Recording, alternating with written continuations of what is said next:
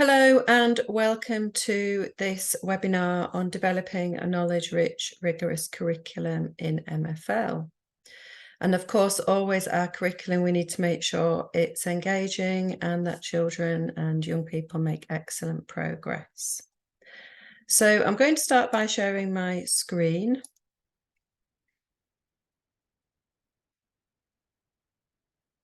And I know lots of you will be watching this on catch up later.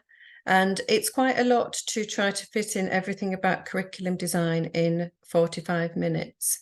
And I am going to be doing some follow-up free webinars, which I do from time to time. So last year I did quite a lot of webinars on preparation for GCSE, the different skills.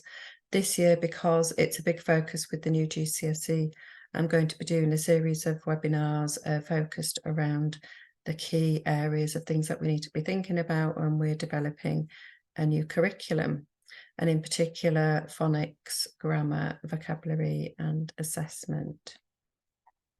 So let's start. So first of all, as we all know, there are 3 pillars of progression in the curriculum, and these are phonics, grammar and vocabulary. These didn't just come out of the Ofsted Research Review of 2021. They're not just sort of a big surprise. They also came out of the Teaching Schools Council MFL Pedagogy Review.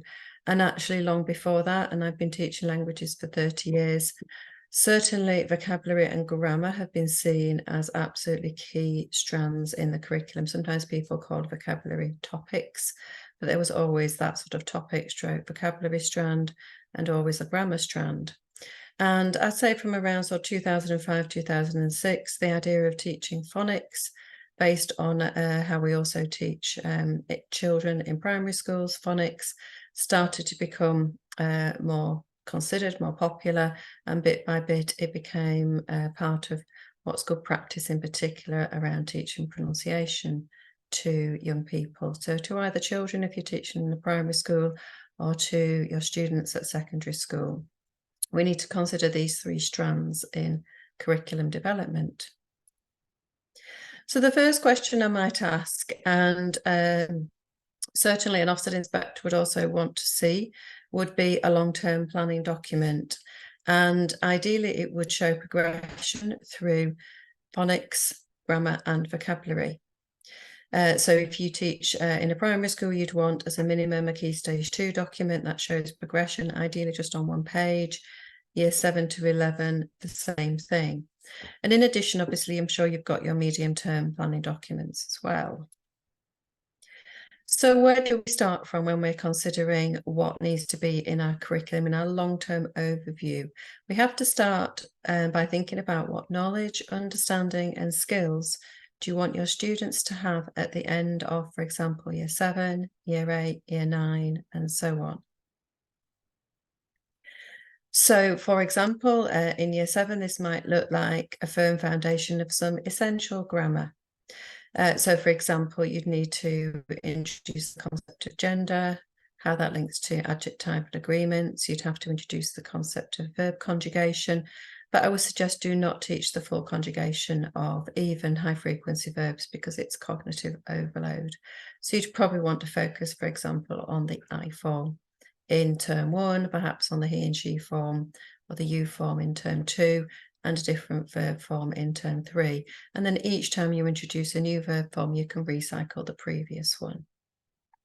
Of course, you have to have some vocabulary in there, and it's essential that your phonics program is in year 7 if you're a secondary teacher, and that it's in year 3 and maybe into a little bit of year 4 if you're a primary teacher. So it needs to be front loaded so that young people don't start making mistakes with pronunciation, which are then very difficult to correct. It's ideally age appropriate and using familiar contexts. And I've mentioned here group talk, which is a fantastic initiative to encourage children and young people to speak well and to enjoy speaking in the foreign language. And I'm running another webinar as part of the language show called Get Them Speaking Spontaneously. And I'll go into much more detail then about what group talk is. In year 8, we would then want pupils to be building on essential knowledge and skills, so more complex grammar and vocabulary. Definitely different tenses. If you haven't, I would certainly include at least the near future in year 7, but you develop that and include past tenses in year 8. And increase, of course, the variety of topics. And if you're using group talk, you can move to stage 2. In year 9, pupils become increasingly independent and recycle prior language. You develop more tenses, you can include more mature themes, and things can become more complex and detailed. If you're using group talk, you can move to stage 3 of group talk, which involves more complex responses. So, for example, what grammar is essential for year 7 French? You'd need again to think about your endpoints. What do you want pupils to cover by the end of year 7? And I would suggest don't just look at the textbook for this. Be realistic about what is possible within your curriculum time to cover, because so often I see that people don't finish the textbook, and perhaps some things in the later units were really important. So you might have to decide, if you are following a textbook, what are you going to miss out? But more importantly, what do you think as a language teacher is the most important things for your pupils to know? And I've got some suggestions here, obviously with French as the example, and I've suggested using T1 for term 1, T2 for term 2, how you could split out the different verb conjugations. I've also some high frequency phrases like il y a, there is or there are, and c'est, it is. And I've also suggested, and I think you would be teaching parts of aller, the high frequency verb meaning to go, which would therefore give pupils in French and Spanish access to the near future tense. So very easily you can move to that without having to teach lots of tense formation. And I would suggest perhaps a couple of past tense phrases just to be able to give them access to talking about the past. Here's an example of a year 7 to 11 long-term curriculum overview, and we've just got what we're sort of covering in terms of general topics and grammar here. This is something that I downloaded from the school's website. And here's another one as well. So probably things that you're very used to. We've got things like lexical, communicative, grammatical. I like the aspect of cultural there, especially with cultural capital being so important. But I do often see something missing in these medium and long-term planning documents. And the question is, what is missing? And it's actually the teaching of phonics, in particular in year 7. I'm probably revisiting and revising them in year 8. So I've added those in here. And we've got here an example of a long-term overview. This time the 3 strands are included. This is for Key Stage 2. And we've got, phonics at the top, vocabulary and grammar. So we need to make sure we include our 3 strands. Let's briefly look at phonics. This is from the Ofsted training materials, which were available online last year. It's really interesting. Down the bottom here in green, bottom left, it says that the teaching of phonics and communication should start in year 7 or from the beginning of learning the language. So if you're teaching a new language, say starting in year 8 or year 9, that's when it should be taught. And it's so important to front load the teaching of phonics. And you might say, well, I'm going to therefore take out curriculum time from other things like grammar and vocabulary. But that won't be wasted, because you will save a lot of time and effort over the years and over time, not having to keep correcting people's pronunciation, and also you're going to give them the independence so that when they come across new words, they'll be able to apply the rules of phonics and pronounce them for themselves, which is the ideal scenario. You cannot be teaching and expecting them to memorize separately the pronunciation of every single different word.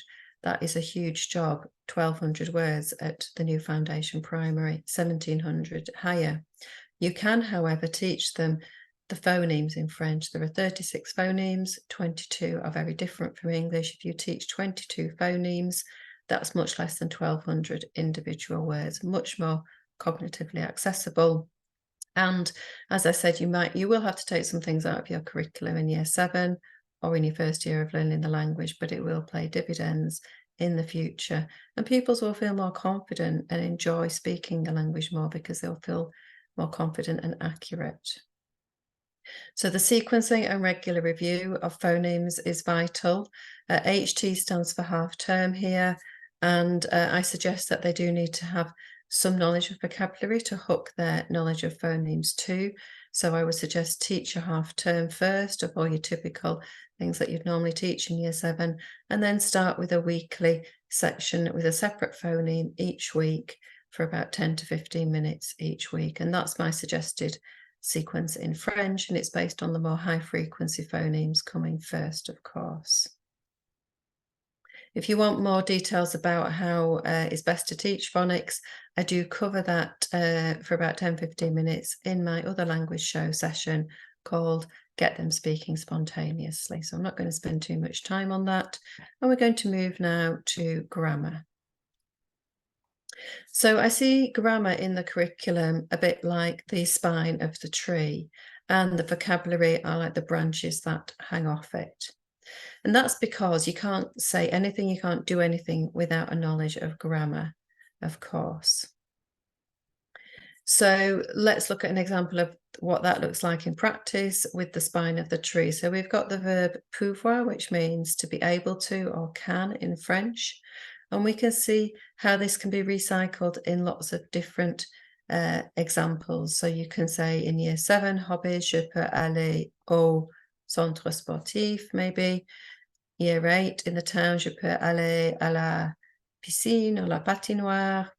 In year 9, technology, nous pouvons, so we can change the conjugation. Partager des images, we can share images. In year 10 in French, on peut, which is a high frequency phrase, or on ne peut pas, we can move it into the negative. You can't wear certain things at school. And in year 11, again, we've got the on part of it, looking at the environment, on peut recycler. So we can see in context now more different examples, and we can see how we would recycle and practice that verb over time, but it's the verb that forms the spine of the curriculum. So it's really important to consider and to be able to express both yourself personally, but also as a group, as your department. Why are you choosing to teach a particular item now? You might want to say, well, for example, aller, we've chosen to teach the verb aller just in perhaps the I, you, he, she form, because it's a high frequency verb. You can use it a lot to talk about different topics, including your current topic, perhaps topic of the town. You'll be able to use it next year when you talk about holidays in the past and future, and so on. So you'd also want to know how it builds on previous learning. So you could talk how it builds on talking about what is in your town. Il y a une poste, il y a une piscine. And then you can build more longer, more personalized sentences. So dans ma ville, il y a un cinéma, donc je vais au cinéma chaque weekend. And of course, you want to talk about how this will link to future learning, and that could be around the near future tense with the verb aller. It's also a really good idea to plan into your curriculum some high value language that pupils are going to be recycling, revisiting over time.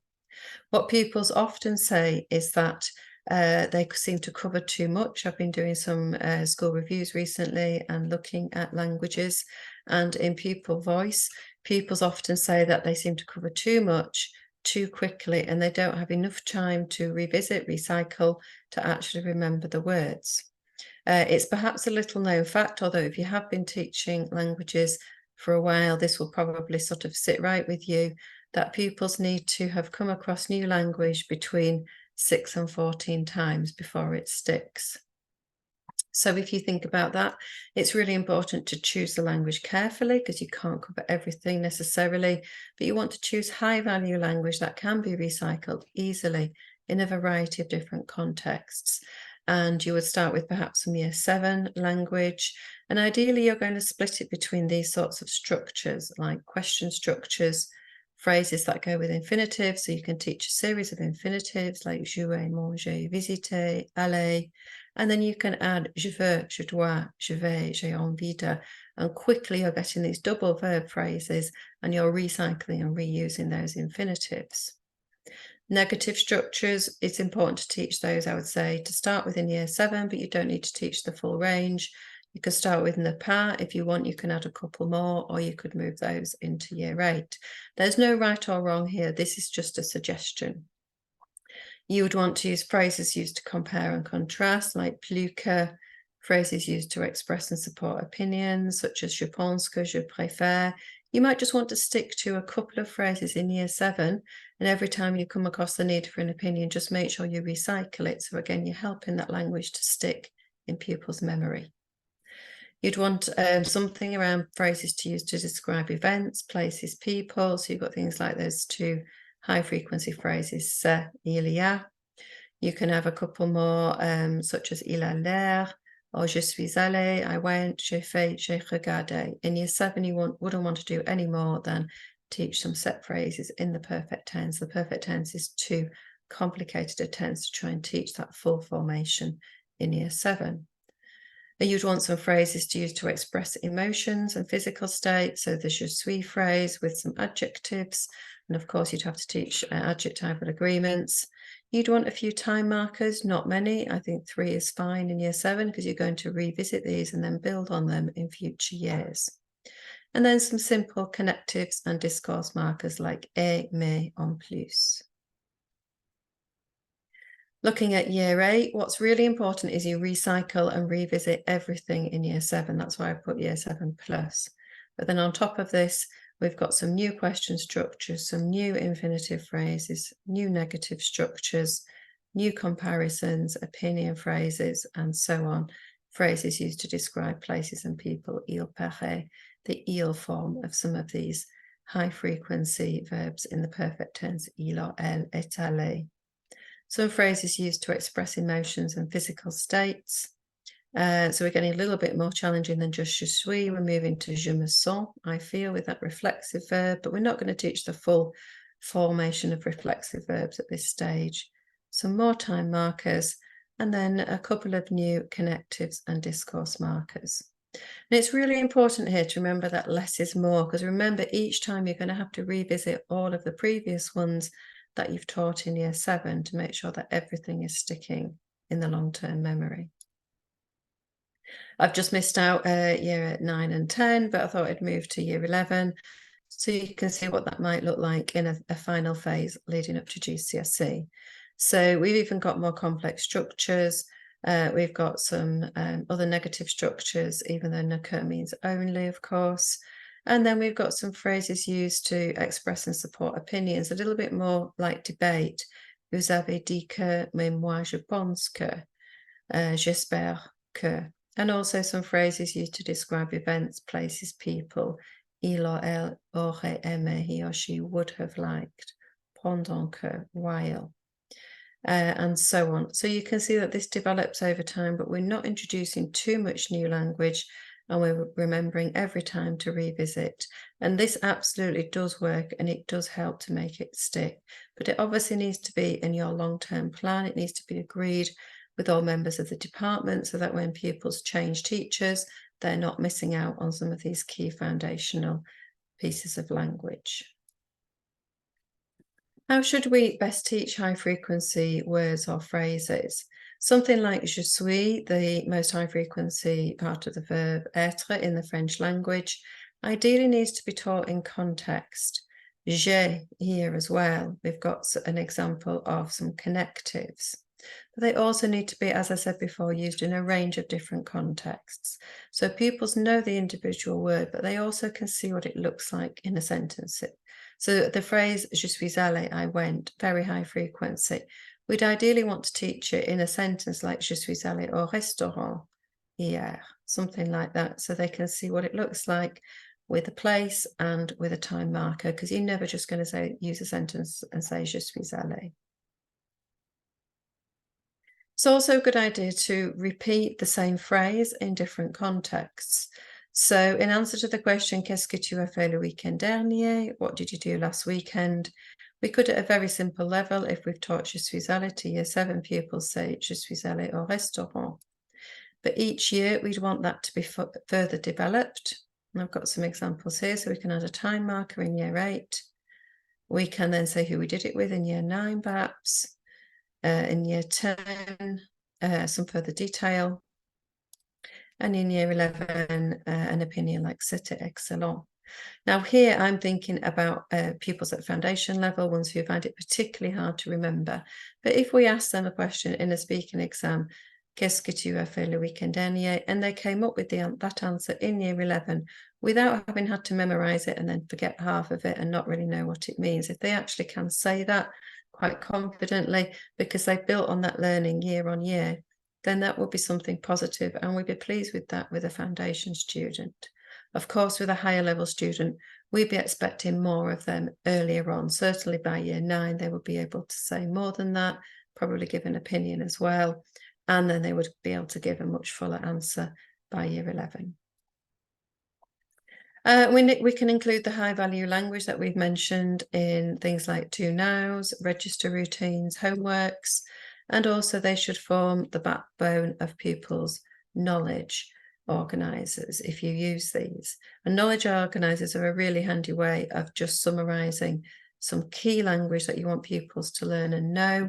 You're not going to be able to fit the whole lot of all their vocabulary and grammar onto a knowledge organiser. So you're going to look and pick out the key high frequency items, the high value items that are going to be worth a lot and are useful for them to just know automatically, especially as they get towards their GCSE exams.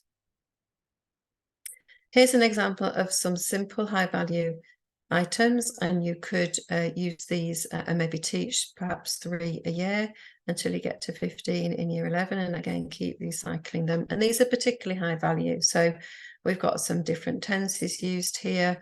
We've got things like c'est un rêve devenu réalité, lovely phrase. I often use them in register taking. Pupils have to have this list at the front of their book stuck in, and when I take the register, I'm expecting them, and I give them a number, I'm expecting them to give me a sentence with one of these high value items, and obviously they increase over time as the pupils move up the years. Let's move on now to vocabulary. I want to think about the new MFL GCSE now. We do know that most of the new speaking GCSE exam is meant to be unprepared interaction. So this does need to be practiced and developed over time, starting in year 7. It should be systematically developed and the most high frequent language revisited and then made more complex over time. So all the things that we've been talking about just previously link really well to the new GCSE. And I would give you a shout out for my session on getting pupils to speak spontaneously, which is another session I'm running at this language show, because that looks in more detail about how we can do that in an oral context, in particular linked to group talk. So let's just look quickly at, for example, Edexcel's theme. So when we're looking at our vocab and our topics, we can see the, in black, foundation and higher themes. We can see purple is higher only and green is foundation only. And it's to the credit of the exam boards that they have managed to keep these topics things that we can recognise and are not completely out of what we've already been teaching. There are a few new items or a few different foci, perhaps more on mental well-being, equality, and so on, gaming as well as social media. But these are things that our pupils are interested in and are very topical. So I've done an analysis of what's in both AQA and Edexcel exam specifications. And I think it's really important when you're designing your Key Stage 3 scheme of work is to be aware of this, of what's in the actual exam specification. Now, I'm not saying throw everything out, but if, for example, there's only 2 animals mentioned, you don't want to be spending weeks and weeks on animals. And you want to be careful not to be teaching too much vocabulary that is not in the specification. So again, like I said, don't throw everything out. But the reason why the specification has changed and the number of vocabulary items has reduced is the idea is it's meant to be more accessible to young people. We want ideally more young people to take up a GCSE. So if we spend too long teaching items that are not going to be needed eventually, then that's not always going to be useful. But equally, we don't want to take away some really interesting topics that we enjoy teaching, that we know the pupils enjoy. But perhaps, for example, we could do without some of the items in the pencil case, perhaps. So let's have a look at AQA and look in particular at the topic of sort of personality, character. And we do sort of cover this, certainly. It's a common topic at Key Stage 3. It's often started in Year 7 and revisited at other points.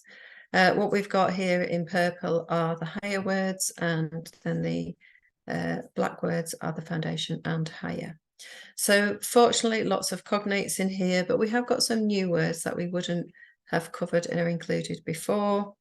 We've got a few personal description items, but not that many. A few colours, but not that many. Quite a lot of parts of the body. And then exactly the same topic with Edexcel. Again, the purple words are highlighted in, are higher rather.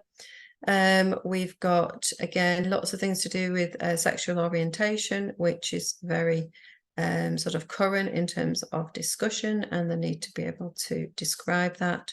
We've got more details here around physical descriptions in the Edexcel specification, a lot more colours as well, and probably a few more parts of the body. So it's good to know that those items are in there, and that if you already teach them, then that's fine. And again, if you are using the AQA, I'll just flick back to that. A lot less in there. So you might want to perhaps reduce what you are teaching at Key Stage 3 around those topic areas. I would also suggest that the topic of family stays in your scheme, but perhaps a greater focus on different genders and type of religion, of relationship. And particularly with AQA, there's a focus on different religions here. So for the first time at GCSE that I've seen, we've got the religions Buddhist, Chrétien, Juif, Musulman, and so on. Of course, I've done all these examples in French, with that being the most common language. But I've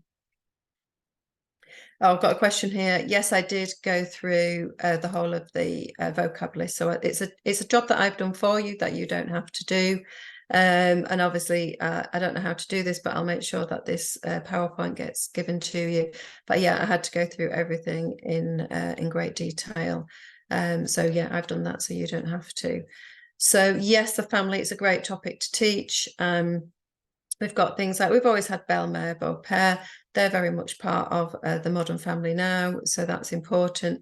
We've got things now like mariage du même sexe and pax, which is the French version of that, and things like se séparer and so on. The relation, again, is the higher. So nothing, probably not too much of a surprise there, all the sort of traditional family items that we normally teach. Let's have a look at Edexcel now. And by the way, I would say to you, you're probably going to see more differences than you've ever seen between AQA and Edexcel in terms of their vocabulary content. So the message there, I think, would be, I think you need to decide which exam board you're doing as soon as possible, because it's going to affect what you're going to be teaching. And obviously we're talking now about current Year 7, 8 and 9 students are going to be taking the new GCSE. In the past, I've joined schools and we've actually moved, say, from AQA to Edexcel in Year 11. The topics are almost identical. There was just one very small topic that needed to be taught, and some of the question types were different, and we just had to train students in the question types, but it was very easy to change. Now there is a huge difference between the two exam boards. I'm sorry if anyone's considering Educas. I haven't actually looked at theirs. I think it's quite a small board with only about 1,000 pupils taking it in England. I know it's obviously the Welsh board as well, and it's very much taught in Wales, but I haven't done an analysis of that as yet. It may be something that I do, because I have heard very, very positive things about Educas. So let's think now about Edexcel and the family topic. Again, very similar. We haven't really got any surprises there. They don't mention packs, but they do mention twins here, jumeaux, jumelle, something close to my heart, as I have got twins. So what other topics should stay in and go, perhaps? So some Year 7 traditional topics. the items in the classroom, we have got some of them, but not very many. And strangely in AQA, chaise and table are actually in the higher level. We've hardly got any pets. Now, I'm not saying don't teach pets. I love teaching pets. Pupils in Year 7 love talking about pets and animals, but we don't need to go overboard with pets. And it's interesting there to see, both in AQA and EdXL, the limited number of these items. And I would say perhaps, yes, still do cover these topics, but perhaps don't spend as long on them. Maybe remember to spend more time in Year 7 on your phonics and spend more time on your high frequency grammar. And yes, you do need some vocabulary to support that, but not as much, I would suggest. So we're not teaching any less, but we're focusing on the high frequency, high value items more. Let's think about the theme of school. It's a great theme. We might not find it the most exciting one to teach, but pupils do quite like talking about their school. Definitely keep that topic, because you can see there's a lot of vocab there in the AQA one, and even more actually in the EdXL spec. And you can see actually EdXL has got a lot more in the higher, a lot of sort of more challenging items of vocab there. Things like bourse, enseigner, enseignement, épreuve, connaissance, and so on. And just actually at this point, I would also say, and I don't know if people are aware of this, that the actual items of vocabulary have changed significantly compared to the GCSE that we're still currently teaching for the next 2 years. Rachel Hawkes has done a big analysis of this, and she has found that only 54% of words in the new GCSE are in the previous GCSE. So that's pretty much half. So that is a massive change. And I know some people are saying, oh, well, you don't need to do very much different. You don't need to change much. I would suggest that you do. And I know Rachel is certainly on that page as well. We will both suggest that you really have a very careful look at what is in the specifications. I don't think many of the materials or textbooks have yet been published, and I know you might be waiting for that, but it's a really good idea to see where you can take things out of your current Key Stage 3 schemes of work. You probably feel that you're already teaching too much and that you don't have enough time to teach the really important things well and to revisit them. This is a prime opportunity to strip your schemes of work in particular. And that was one of the key drivers of the new GCSE, was to strip it of vocabulary, because it's that heavy learning, 2,200 words currently, and many more words that could come up that pupils aren't expecting. The theme of food, which we all love, definitely keep it in, but just be aware, in particular with AQA, there is not as many food items that are needed. So perhaps don't go teaching loads and loads of food items in Key Stage 3. Maybe just keep it a bit tighter, a bit smaller, but definitely still teach it, and certainly teach your pupils about the cultural aspects of food in target language countries. That is so important. We can see in the EdXL spec there are more food items, and there's quite a lot more in their higher version as well. Celebrations and traditions are different. So again, do have a look at these and be aware of the ones that you would therefore definitely have to teach, depending on which specification you've chosen. Places and nationalities, interestingly, are quite different as well. I know we do love to teach that long list of countries, particularly in Europe.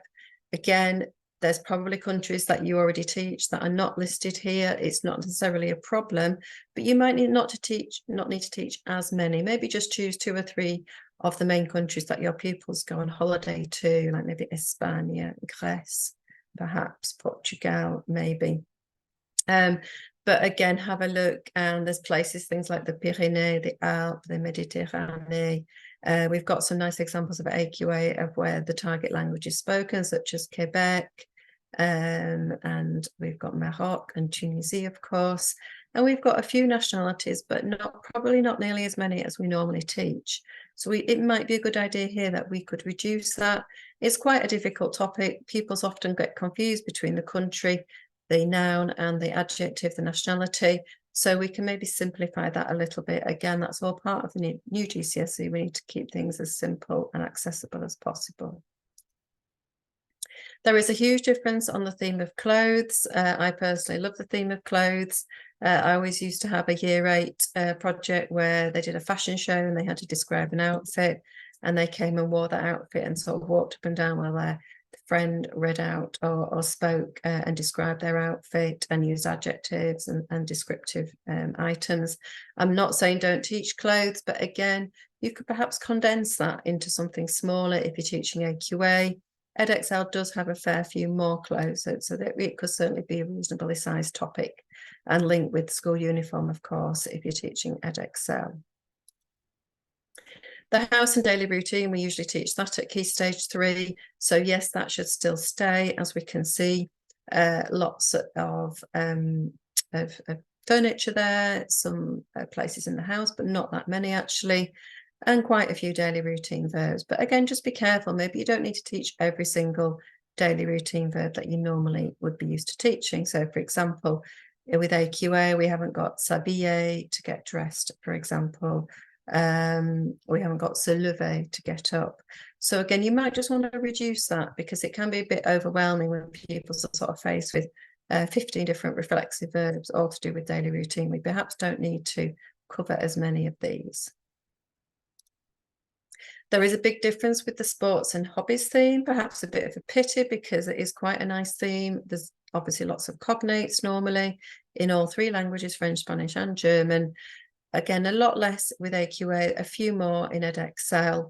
But again, be aware of that and maybe recycle those important items rather than covering a huge amount more. But equally, if you've got a pupil who plays polo or does pole vault or anything unusual, you are going to be wanting to teach them so that they can that language, so that they can use that in their speaking or writing exam, and there's nothing wrong with that at all.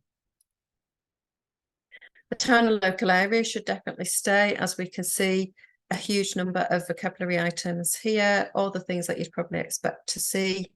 I've put into red words that were not expected previously, in particular places of worship. Actually, Église was expected, but I've just sort of grouped it with Temple, Mosque, Synagogue, which I think is really interesting that we've got those places of worship linked with the religions that were new. And then you can see some more a higher level advanced items of language there in purple for higher. The same with EdXL. It's a very quite a rich topic, lots of different items of vocabulary there. So yes, definitely keep that. And look carefully though at what language you definitely do need to teach and make sure that is covered as an absolute minimum.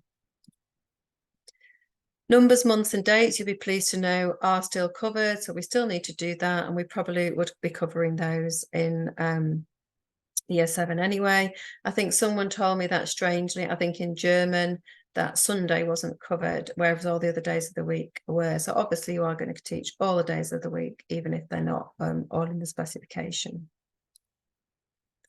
Transport and weather, there's not quite the huge list of transport items that we've taught in the past. So again, just be careful that you're not teaching items that aren't needed necessarily. All your typical weather items are though, and then a couple of the higher level ones as well. And time phrases are quite interesting. I've put in red here some time phrases that didn't exist previously. But again, you're quite a few time phrases, and you'd be wanting to teach those starting in year 7 and then adding to them and developing them in that same sort of spiral curriculum way that I talked about before. There is a huge difference compared to when you compare the 2 specifications of the higher level language around opinions that I wanted to draw your attention to. So in the AQA spec, we've got some quite challenging language that pupils actually might find challenging to use in English, especially foundation level pupils may not be using this sort of vocabulary. It's really good vocabulary, it's great vocabulary, you know, we'd ideally want them to, but we also need to think, you know, are they able to express that language anyway in their native language? Luckily, fortunately, and I'm sure they've been chosen like this, lots of cognates, but do think about that in terms of, and this is foundation here, will your pupils be able to access that? So yeah, we need to think about how we maybe teach and develop opinions at Key Stage 3, so we're giving pupils the right foundation for Key Stage 4 with that sort of vocabulary. I've noticed a big difference with the sort of political type theme that with some language that didn't exist before. So we used to have things like chômage and grève didn't come up until A level. Quite a lot in the AQA spec, as you can see. And then we've got the purple higher level, things like attentat, manifester, bataille, guerre, many of these are new as well. We've got less at AQA, at TEDxl rather. And again, lots of these words are cognates, which is fortunate, but it'd be interesting to see how do they actually get used both in textbooks and also what they will look like in examinations, because these are going to be quite a departure from the current GCSE. And then overall, and I've just used TEDxl as an example, but AQA is the same. There's lots of examples of cognates and neocognates, which is excellent. Really good for people understanding, especially with the skill of reading. It's another reason why we need to make sure we're teaching the phonics, though, because as we know, cognates are easy to understand, but difficult to pronounce because they nearly always sound different in the target language, and also sometimes difficult to understand when you're listening to them. So phonics work both for listening and speaking, which is obviously why they've been included in the new GCSE, the new read aloud for speaking and the new dictation for listening. So I would say there's a much greater emphasis than previously on phonics, and that's partly because the exam boards had to choose their 85% of the high frequency words. They weren't necessarily the words that pupils might be as familiar using, and so they've deliberately chosen cognates to help comprehension. I've mentioned previously about pupils forgetting. The forgetting curve is really important, that every teacher understands that it's not that you're a bad teacher. Pupils just naturally forget and may only remember about 25% of what you've previously taught. That's why you can overcome the curve, but you do need to keep revisiting this key vocabulary and grammar, and I would say the phonics as well, many times, between 6 and 14 times, depending on the pupil and the difficulty, before it sticks. So that's why we need to think about that recycling, both within a scheme of work, within, say, year 7 or year 8, but also across the different years, so that it is going into long-term memory. It's vital that we think about provision for SEND pupils. Lots of schools that I'm going into at the moment now and doing deep dives and reviews are saying that SEND is their big focus this year, and probably rightly so.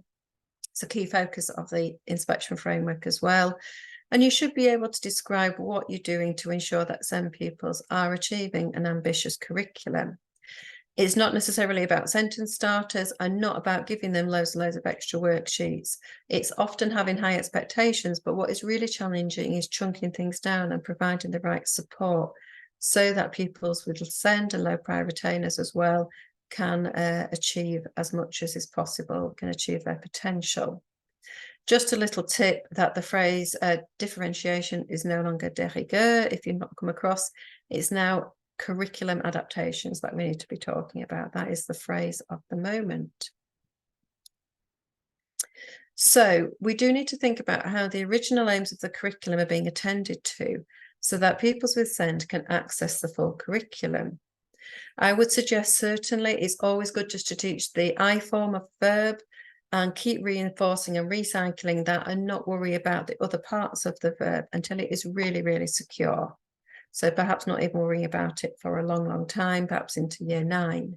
And actually with the previous foundation GCSE, with the current one, should I say, that's currently being taught, pupils can get a high level at foundation level, a grade 4 or 5, just using the I form. We've yet to sort of see more about what the new GCSE will do, but it's not meant to be any more difficult, so I'll be surprised if it was any different.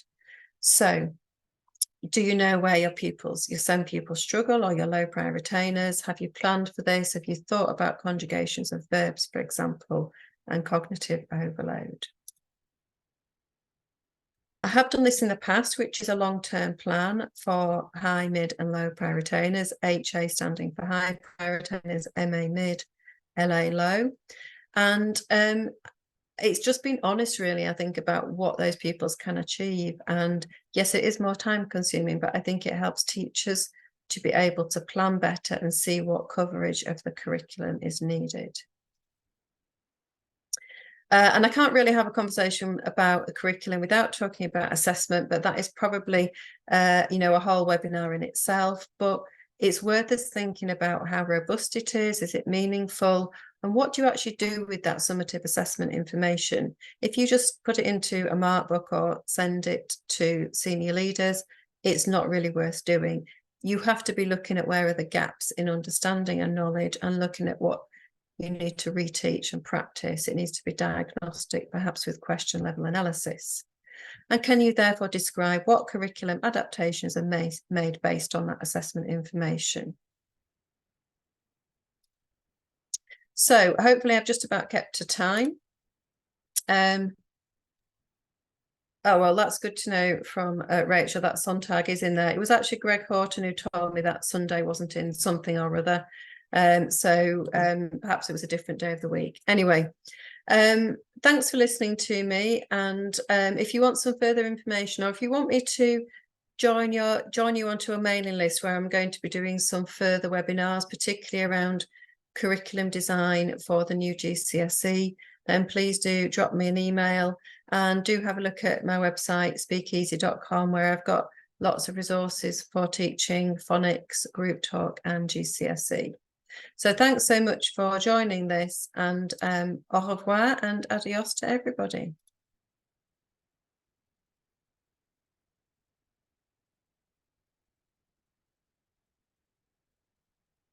And arrivederci as well.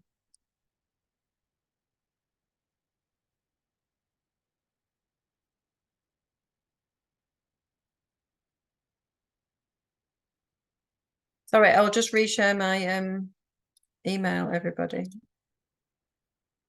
Somebody's just asked for it. It's Yahoo. It's Wendy_Adeniji actually at yahoo.com. It's probably not written in the best way. So I'll type it into the box here. So I've just popped my email into the chat now. Thank you everybody for joining, and I hope you found that useful.